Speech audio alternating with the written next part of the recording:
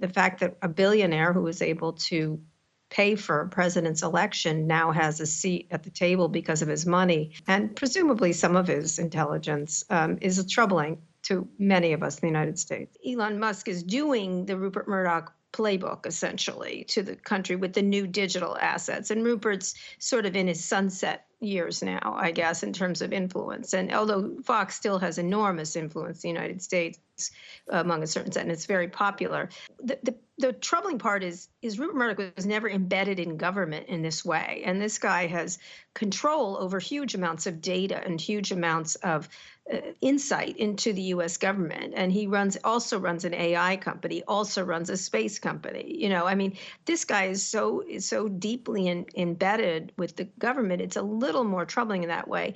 I don't think in Australia, the focus, it's not that we're not focused on Australia. They'll go everywhere to have focus. But I think most of the focus is on getting control of the data of the U.S. and to try to move as quickly as possible before Trump loses the power to do so. Yeah, he's the world's richest man, and he's chosen to spend a small fraction of his wealth in trying to influence politics. He's obviously got influence in the White House now, although I wonder how long that relationship is going to last, because, you know, there may be only room for one attention junkie, narcissistic attention junkie in the White House at one time. I think the bigger problem is how he uses that platform and how social media platforms are being used. We had this in Britain.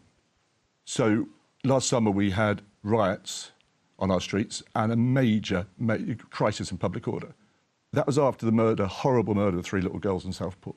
And within hours of that happening, there were posts going up on Twitter and X saying that the guy responsible was Muslim. He wasn't. The guy responsible was an asylum seeker who just arrived in our country. He wasn't.